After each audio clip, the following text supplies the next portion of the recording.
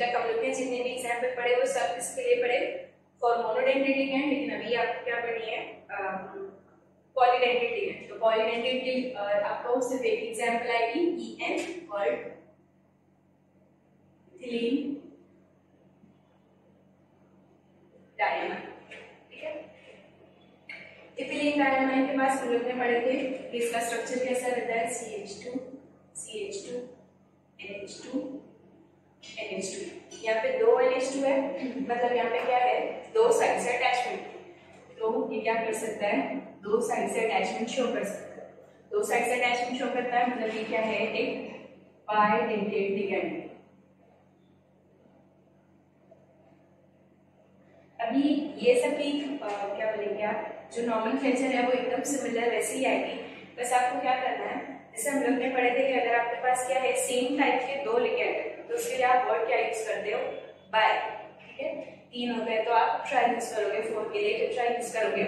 लेकिन अगर आपके पास क्या है, कोई पॉलीडेंटेड लिगेंड है या बोलोगे कोई चिलेटिंग लिगेंड है, मे बी 6 वाला रुक जरा बताइए, फॉर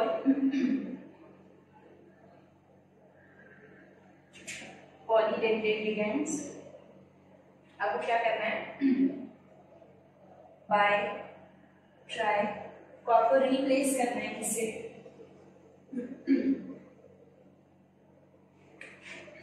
बेस ट्रेस से।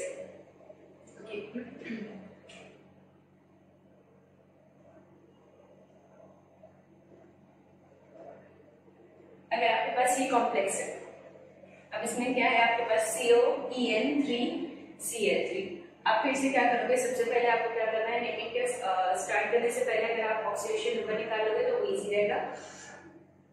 तो इसका ऑक्सीडेशन नंबर फाइंड कर लेते हैं, X प्लस ये भी क्या है, आपको दिख रहा है कि EN के ऊपर कोई भी चार्ज नहीं है, मतलब ये क्या है 0, प्लस अगेन -3 0, मतलब X कितना आया, +3। ऑक्सीडेशन नंबर ऑफ कोबाल्ट कितना आ गया, +3 आ गया। अब इसको स्टार्ट करना है नेमिंग से, नेमिंग पहले जो दिख रहा है उसको पहले ही लिखना है।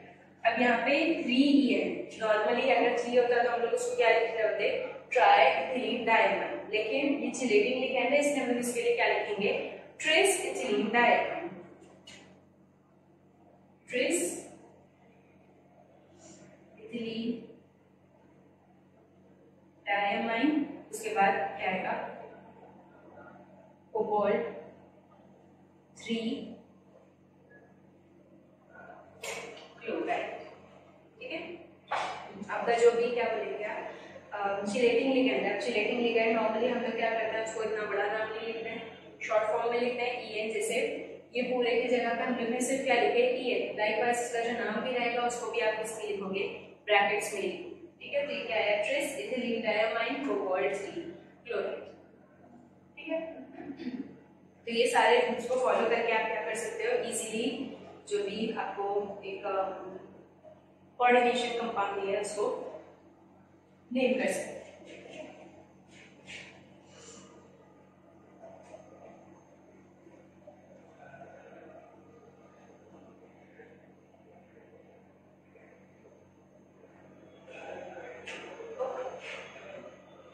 लास्टली अगर आपके पास क्या है, से फॉर एग्जांपल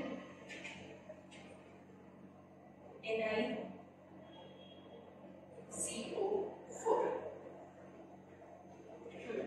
ये CO आपका कोबाल्ट नहीं है, ये C और O दोनों क्या है, capital CO is carbon monoxide. ये कार्बन मोनोऑक्साइड को हम लोग कोऑर्डिनेशन कंपाउंड्स के लिए हम लोग इसको क्या बोलते हैं, हम लोग इसको कार्बोनिल बोलते हैं। ठीक है, और इसको लिखना भी आपको कैसे है, कार्बोनिल करके लिखना है, इसके आगे O या 8 नहीं लेना है। ठीक है, अब ये वाले कंपाउंड के लिए अगर आप फाइंड करोगे तो इसका नाम कैसे लिखना रहेगा, ये क्या है, न्यूट्रल। Ni के लिए X, न्यूट्रल लिगेंड को हम लोग को मालूम है कितना होता है, 0 is equals to charge of the molecule again 0, मतलब X इज इक्वल्स टू क्या आ रहा है, 0। मतलब ये कंपाउंड फॉर्म करने के लिए निकल को अपना एक भी इलेक्ट्रॉन लॉस नहीं करना है। अब इसका नाम लिखेंगे, कैसे लिखोगे आप, 4 आपके पास क्या है, CO, 4 के लिए आप वर्ड क्या यूज करोगे, टेट्रा कार्बोनिल निकल Cl। ठीक है, तो ये क्या हुआ आपके ये वाले कंपाउंड का नाम। इन केस कि आपको क्या दिया हुआ है, एक आयन दिया हुआ है, अब आपको क्या करना है, वो आयन का नाम लिखना है। फॉर एग्जाम्पल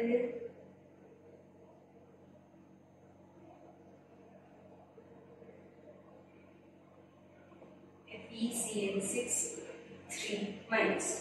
सबसे पहले आपको क्या करना पड़ेगा, इसमें Fe का ऑक्सीडेशन नंबर फाइंड करना है।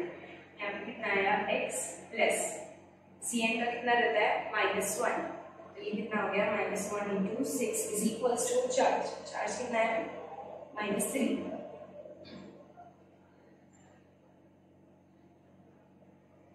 यहाँ पे ऑक्सीडेशन नंबर कितना है आपका +3, ठीक है। तो x इज इक्वल्स टू +3। हम लोग क्या करेंगे, अब इसका नाम लिखेंगे। कैसे लिखना है आपको, हेक्सासाइन से स्टार्ट होगा ये हेक्सासाइन। ये नेगेटिव आयन है या बोलोगे अनायनिक कॉम्प्लेक्स है, इसलिए इस नाम को आपको क्या करना है, फेरेट करना है। फेरेट, उसके आगे क्या रहेगा आपका ऑक्सीडेशन नंबर 1 2 3। अब इसके ऊपर क्या है, चार्ज है।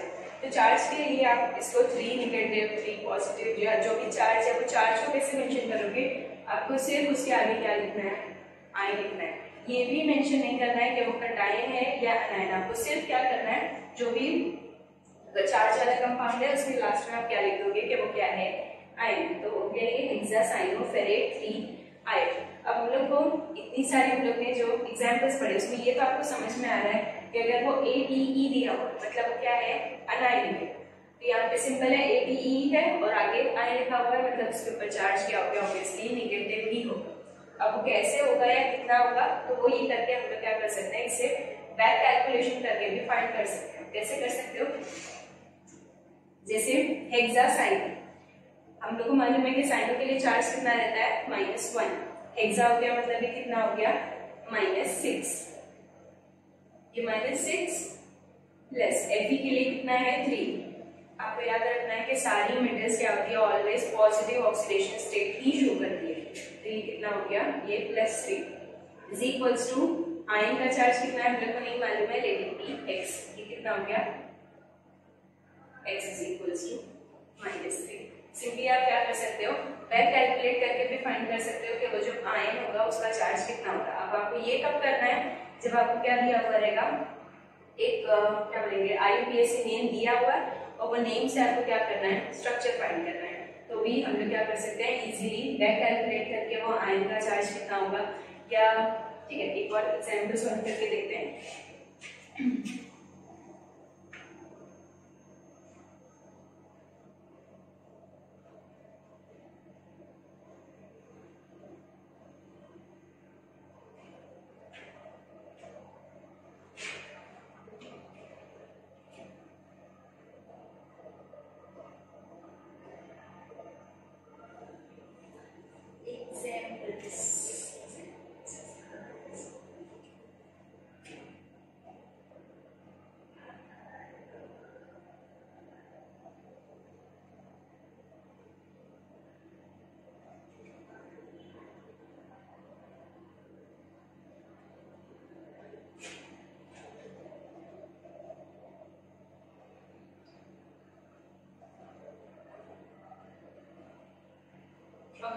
आपको नाम दिया हुआ है, नाम से आपको क्या करना है, उसका जो क्या बोलेंगे फॉर्मूला फाइंड करना है।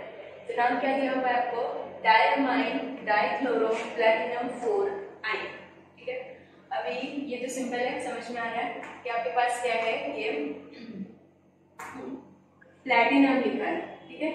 ऑब्वियसली अगर निगेटिवली चार्ज आयन होता तो प्लैटिनम की जगह पे क्या लिखा होता, प्लैटिनेट लिखा होता, ठीक है। मतलब ये क्या है, इसके ऊपर पॉजिटिव चार्ज आने वाला है, एक चीज आपकी कंफर्म हो गई। अब वो पॉजिटिव चार्ज कितना आएगा तो वो आपको फाइंड करना है। तो मतलब ये क्या रहेगा, Pt, ठीक है। डायमाइन मतलब NH3 डाइक्लोरो मतलब Cl2 और इसके ऊपर सम वर्ड क्या है, पॉजिटिव चार्ज है, मतलब let it be X positive charge है। अब आपको वो X क्या करना है, फाइंड करना है। आपको ऑक्सीडेशन स्टेट दिए हुए हैं, प्लैटिनम का दिया हुआ है, कितना दिया है +4। याद रखना है कि अगर कोई भी मेटल के आगे दिया है मतलब वो पॉजिटिव ही होगा। तो ये प्लस है, इसके लिए आपको मालूम है कितना है 0, और एक Cl का कितना रहता है -1, फॉर 2 Cl कितना हो गया -2, +4 -2 कितना आया +2, मतलब this x is nothing but +2। ठीक है, तो यही वाले रूल फॉलो करके हम लोग क्या कर सकते हैं, या तो आप क्या कर सकते हो स्ट्रक्चर देख के उसकी नेमिंग कर सकते हो, या नेमिंग देख के आप क्या कर सकते हो उसका स्ट्रक्चर भी आइडेंटिफाई कर सकते हो। सिंपल है। तो ये आयन था, आयन के लिए एक और एग्जांपल हम लोग पढ़ लेते हैं।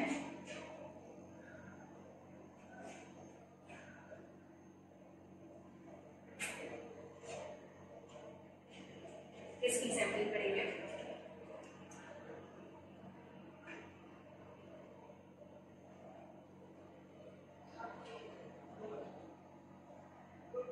पोटेशियम हेक्सासाइनोफेरेट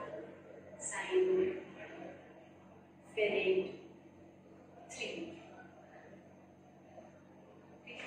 अगर मैं इसका नाम लिखूं, ठीक है, तो अब यहाँ पे आपको ये दिखाई दे रहा है कि यहाँ पे पोटेशियम है, मतलब ये क्या है, ये पहले आएगा। आपका जो पूरा कॉम्प्लेक्स है वो यहाँ से यहाँ तक, ठीक है। तो आप क्या करो, पहले ये पोटेशियम को सिर्फ क्या लिखोगे आप, ये लिख दो।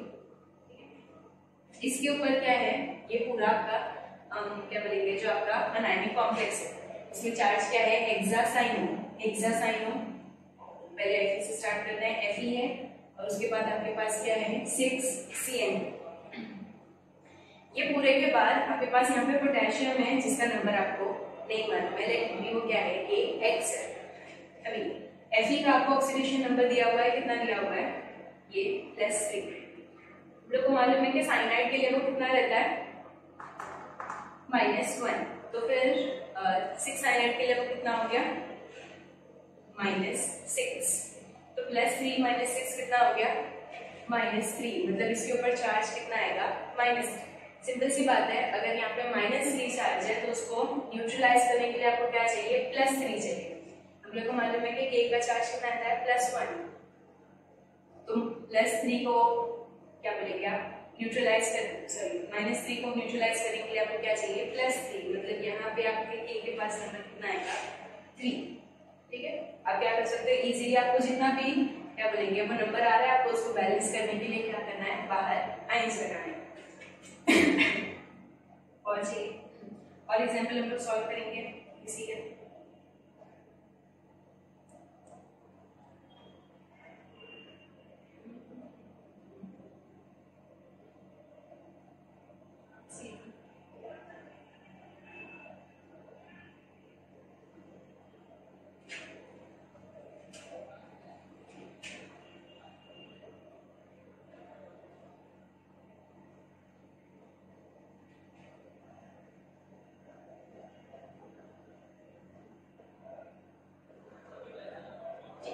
नेक्स्ट आपको कॉम्प्लेक्स दिया हुआ है, थोड़ा सा बड़ा कर लेंगे, अमोनियम हेक्साक्लोरोकोबाल्टेट 3। ठीक है, अब फिर से अमोनियम आपका क्या है एक पॉजिटिव आयन है, ठीक है, और आपको दिख रहा है कि यहाँ पे 8 है, मतलब यहाँ से लेकर यहाँ तक जो भी आपका आयन है उसके ऊपर क्या है, जो कॉम्प्लेक्स है उसके ऊपर नेगेटिव चार्ज है। तो पहले इसको लिख लेते हैं, ठीक है। तो ये क्या है हेक्साक्लोरोकोबाल्टेट, ये क्या है स्क्वायर ब्रैकेट से स्टार्ट करना है, कोबाल्ट है CO, हेक्साक्लोरो, तो मतलब ये कितना हो गया 6Cl। अब आपको चार्ज फाइंड करना है कि कॉम्प्लेक्स के ऊपर कितना नेगेटिव चार्ज है, जितना नेगेटिव आएगा उतना पॉजिटिव आपको क्या करना है बाद में बैलेंस करना है। तो ये कितना हो गया, इसके लिए ये +3, ये आपको गिवन है 3, Cl के लिए कितना रहता है -1, मतलब कितना हो गया -6, टोटल चार्ज कितना है यहाँ पे -3 को बैलेंस करने के लिए कितना चाहिए +3। एक अमोनियम आयन, अमोनियम कैसा रहता है NH4 पॉजिटिव, मतलब एक अमोनियम आयन के ऊपर क्या रहता है एक पॉजिटिव चार्ज, तो 3 पॉजिटिव चार्ज के लिए विल नीड NH4 थ्राइस। हो गया, मतलब ये क्या होगा आपका कॉम्प्लेक्स। ठीक है, ऐसे ही यहाँ पे ये दोनों एग्जाम्पल हमने किसके लिए सॉल्व किए, नेगेटिव के लिए सॉल्व किया, ऐसे ही आप क्या कर सकते हो, पॉजिटिव के लिए भी सॉल्व कर सकते हो। Okay,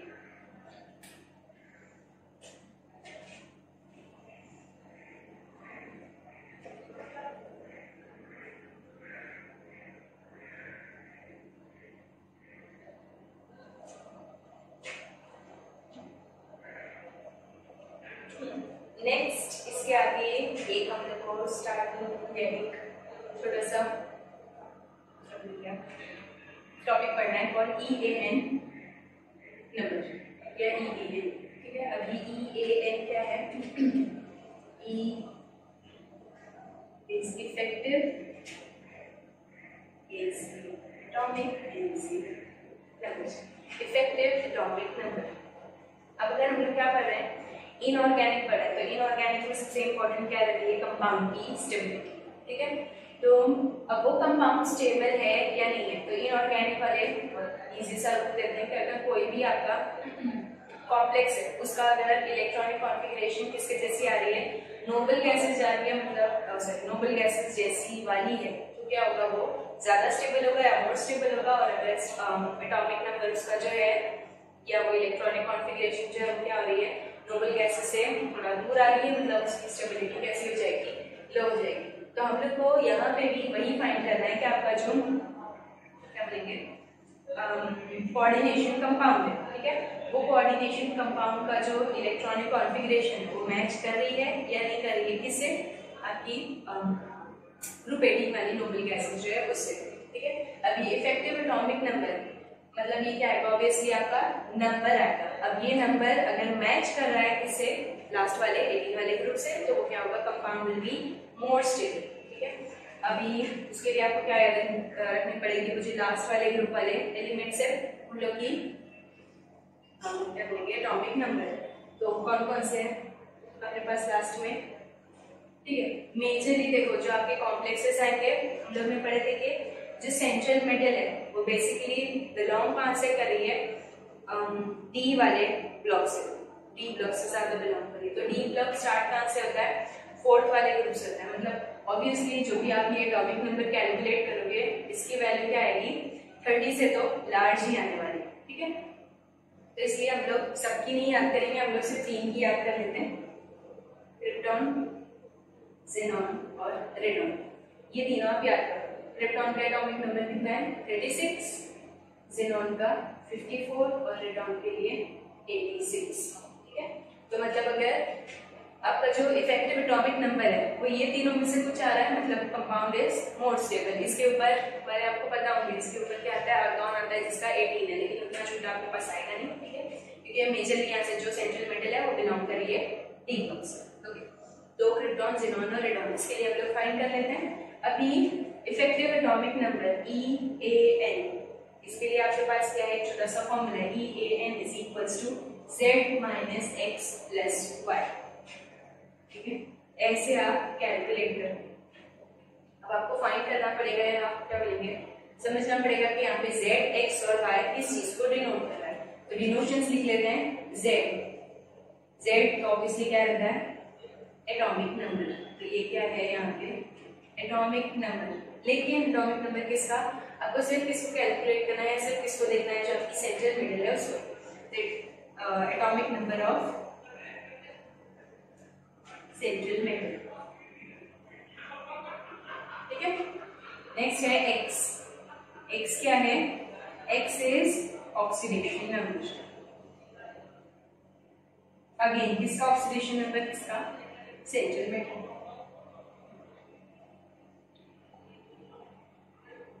oxidation number of central metal. और lastly Y is number of electron donated by ligand. ठीक है, तो ये हो गया EAN is equals to Z minus X plus Y। Z है एटॉमिक नंबर किसकी, आपकी सेंट्रल मेटल का, X है oxidation number again central metal का, और Y है number of electron donated by ligand. अभी कैसे फाइंड करते हैं, तो इसके लिए हम लोग को क्या करना पड़ेगा, एग्जाम्पल सॉल्व करनी पड़ेगी। ठीक है, याद रखना आप लोग।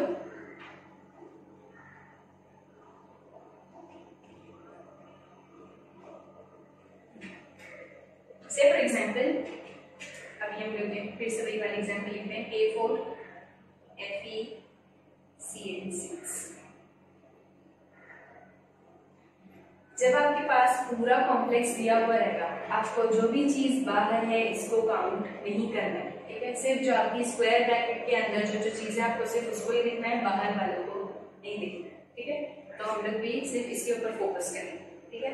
अभी यहाँ पे ऑक्सीडेशन नंबर ऑफ अगर मुझे यहाँ पे क्या करना है, कंपाउंड को फाइंड करना है कि स्टेबल है या नहीं, तो इसके लिए Z एटॉमिक नंबर Fe का कितना है 26। आपको 3D सीरीज याद करनी पड़ेगी इसके लिए, ठीक है। Fe का एटॉमिक नंबर है 26। ये कंपाउंड के लिए अगर आप क्या करोगे, फाइंड करोगे इसका ऑक्सीडेशन नंबर X, तो कितना आएगा +2, ठीक है। 6 - 4 = 2, ठीक है। तो 26 X आ गया 2 Y। अब Y कैसे फाइंड करना है, आपको सिर्फ लिगेंड्स को देखना है। तो ये लिगेंड यहाँ पे क्या है, साइनाइड है। कितने साइनाइड है, 6 साइनाइड है। हम लोग ने पढ़े थे कोऑर्डिनेट बॉन्ड कैसे बनती है। एक बॉन्ड बनाने के लिए आपको क्या लगते हैं, 2 इलेक्ट्रॉन लगते हैं, ठीक है। और ये जो कोऑर्डिनेट टाइप की बॉन्ड है, स्पेशल बॉन्ड रहती है, इसमें दोनों इलेक्ट्रॉन कौन डोनेट करता है, लिगेंड डोनेट करता है। मतलब अगर एक बॉन्ड बन रही है तो वहां पे 1 पेयर ऑफ इलेक्ट्रॉन या 2 इलेक्ट्रॉन क्या हो रहे हैं, डोनेट हो रहे हैं। तो लाइकवाइज यहाँ पे 6 साइनाइड है, मतलब कितने इलेक्ट्रॉन्स हो गए, 6 × 2 विल बी 12 इलेक्ट्रॉन्स, ठीक है। ऐसे आपको सिर्फ क्या करना है, जो भी आपका क्या बोलेंगे लिगैंड है, तो आपको याद रखना है कि एक लिगैंड कितने इलेक्ट्रॉन डोनेट करता है, तो यहाँ पे 6 है, तो ये कितना हो जाएगा, विल बी 12। अब आपको फाइंड करना है EAN Z - X + Y। Z = 26 - 2 + 12, ये कितना हो गया 24 + 12 36। तो EAN ये आ रहा है 36। अब ये 36 किसके जैसा है, क्रिप्टॉन जैसा है। क्रिप्टॉन स्टेबल है, मतलब this compound will be stable, ठीक है। सिंपल है। EAN आपको क्या बोलेंगे, पेपर में भी आता है, सिर्फ मार्क्स के लिए, 1 मार्क्स के लिए। कभी इससे ज्यादा आप क्या बोलेंगे, क्या एक्सपेक्ट करते हो, आपको और कितना इजी चाहिए, ठीक है। तो ये सिंपल सा है। आपको सिर्फ क्या करना है, कंपाउंड देखना है, उसके लिए Z - X + Y करना है। आपको ये भी नहीं बताना है कि वो स्टेबल है या नहीं स्टेबल है, क्योंकि जो क्या बोलेंगे अभी तक तो जो क्वेश्चंस आते थे वो सिर्फ ये रहता था कि आपको कैलकुलेट करना है EAN। आपको उसकी मतलब जो कैलकुलेशन है उसको स्टेबिलिटी से मैच नहीं करना है, या उसकी कोई भी क्या बोलेंगे आप कंक्लूजन वहां से नहीं देना है, आपको सिर्फ कैलकुलेट करना है। तो ये हो गया 36 इनफ। अगर आपको और चाहिए तो आप इसमें लिख सकते हो कि 36 है, तो इसके जैसे न्यूट्रॉन जैसा है, मतलब क्या शो करेगा, ज्यादा स्टेबिलिटी शो करेगा, ठीक है। सिर्फ अगर मैं यहाँ पे क्या कर दूं, ये 4 को हटा के 3 कर दूं, तो ये क्या हो जाएगा, चेंज हो जाएगा। आप लोग इसको करके चेक करना कि उससे क्या फर्क पड़ता है।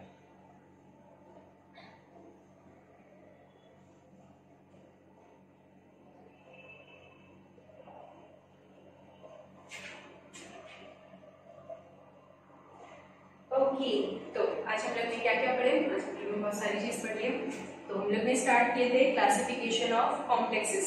क्लासिफिकेशन हम लोग ने क्लासिफिकेशन के लिए क्या यूज किए, 2 क्राइटेरिया यूज किए। First criteria was based on charge. तो चार्ज के बेसिस पर हम लोग ने क्या किए, 3 क्लासिफिकेशन किए, एटायनिक कॉम्प्लेक्स, एनायनिक कॉम्प्लेक्स और म्यूचुअल कॉम्प्लेक्सेस। सिंपल था। उसके बाद नेक्स्ट क्लासिफिकेशन जो किए थे वो किसके बेसिस पे किए थे, वो था टाइप ऑफ लिगैंड के बेसिस पे। तो या तो क्या हो सकते हैं, सारे लिगैंड सेम टाइप के हो सकते हैं, तो सेम के लिए हम लोग ने क्या यूज किए थे, वर्ड होमोलैक्टिक कॉम्प्लेक्सेस। और अगर डिफरेंट टाइप ऑफ लिगैंड है तो वो किसमें आएगा, हेटेरोलैक्टिक लिगैंड्स में। उसके बाद हम लोग ने इंपॉर्टेंट वाला स्टार्ट किए थे IUPAC।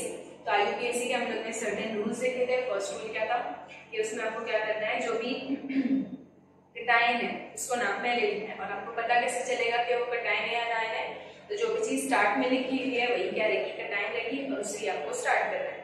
फिर उसके बाद हम लोग ने पढ़े थे कि अगर आप क्या लिख रहे हो, कॉम्प्लेक्स का नाम लिख रहे हो, तो कॉम्प्लेक्स में पहले आपको लिखना है लिगैंड और उसके बाद मेटल। अगर आपके पास क्या है, मोर देन 1 लिगैंड है, तो आप क्या यूज करोगे, बाई ट्राई टेट्रा, ठीक है। अगर आपके पास क्या है, डिफरेंट टाइप ऑफ लिगैंड है, तो उसको आपको फॉलो करना है अल्फाबेटिकल ऑर्डर। लास्ट में आपको क्या करना है, आपको कहीं पे भी वो स्पेस नहीं देना है, वो जो पूरा नाम रहेगा वो क्या रहेगा, एक सिंगल लेटर हो सकता है, एक सिंगल वर्ड में कंप्लीट होना चाहिए, आपको कहीं पे भी स्पेस नहीं देना है। आपको क्या करना है, एंड में जाके वो जो मेटल थी उसका ऑक्सीडेशन नंबर लिखना है, ब्रैकेट्स में रोमन नंबर्स में। और अगर अनायनिक कॉम्प्लेक्सेस है तो अनायनिक कॉम्प्लेक्स के लिए आपको क्या करना है, एंड करना है ATE से। जो भी आपके स्क्वायर ब्रैकेट के बाहर जो भी चीज होगी आपको उसकी नंबरिंग नहीं करनी है।